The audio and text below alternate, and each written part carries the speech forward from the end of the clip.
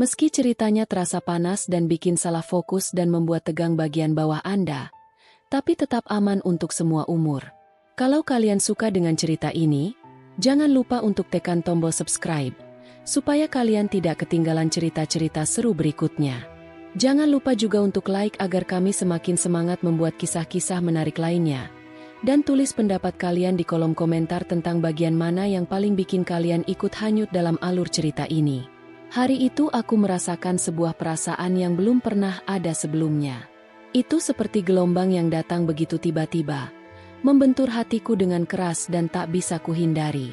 Aku, Rina, seorang gadis muda yang bekerja di sebuah perusahaan besar di Jakarta, tak pernah membayangkan bahwa pekerjaan yang kujalani dengan penuh dedikasi selama ini bisa berujung pada sesuatu yang begitu rumit dan menguras hati.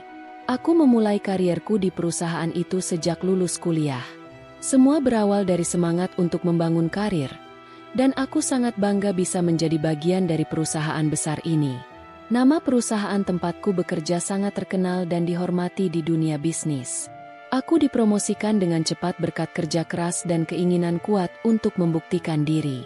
Tapi tak ada yang pernah memberitahuku bahwa dunia profesional bisa berbaur dengan sesuatu yang sangat pribadi, bahkan bisa menghancurkan segalanya. Itulah yang terjadi ketika aku bertemu dengannya, majikanku, Bimo. Pertemuan yang tak terlupakan. Bimo adalah CEO perusahaan ini. Seorang pria tampan, pintar, dan selalu terlihat begitu berkarisma. Usianya lebih tua dariku sekitar 10 tahun. Namun dia memiliki pesona yang tak terbantahkan. Semua orang di kantor sangat menghormatinya, dan tak ada yang berani menentangnya. Bahkan aku yang selalu berusaha objektif, tak bisa menutup mata dari ketampanan dan kecerdasan Bimo. Suatu hari, aku diundang ke ruang rapat eksekutif untuk rapat besar mengenai sebuah proyek yang melibatkan departemen kami.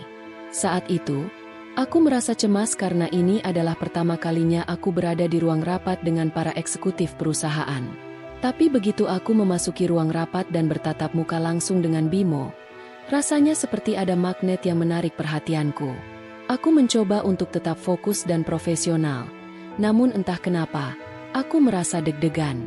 Bimo mengamatiku dengan tatapan tajam, dan sepertinya dia bisa melihat kecemasanku. Setelah rapat selesai, dia mendekatiku dengan senyuman yang membuat jantungku berdebar.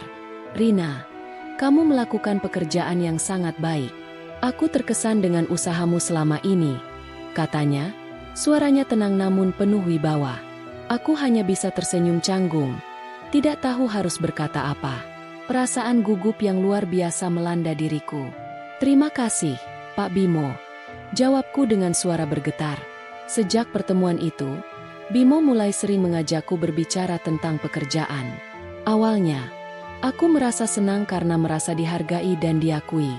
Namun, lama-kelamaan aku mulai menyadari bahwa setiap kali Bimo berbicara denganku, ada sesuatu yang lebih dari sekedar percakapan profesional. Ada tatapan mata yang hangat, senyuman yang menyiratkan lebih dari sekedar pujian atas kerja kerasku.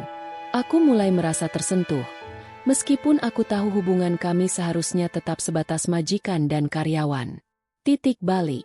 Suatu malam, setelah kerja lembur yang cukup panjang, aku pulang dengan kelelahan yang luar biasa.